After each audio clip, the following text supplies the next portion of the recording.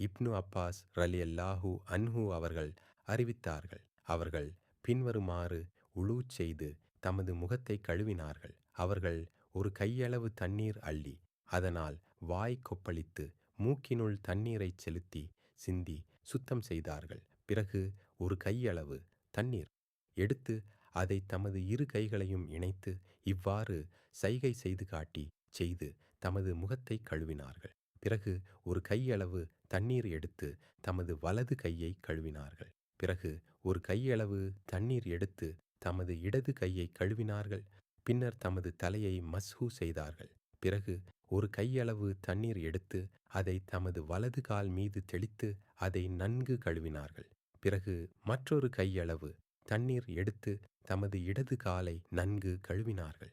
மேலும் அல்லாஹ்வின் தூதர் ஸல்லல்லாஹு அலைஹி வஸல்லம் அவர்கள் இவ்வாறு உலூ செய்வதை நான் கண்டேன் எனக் கூறினார்கள்.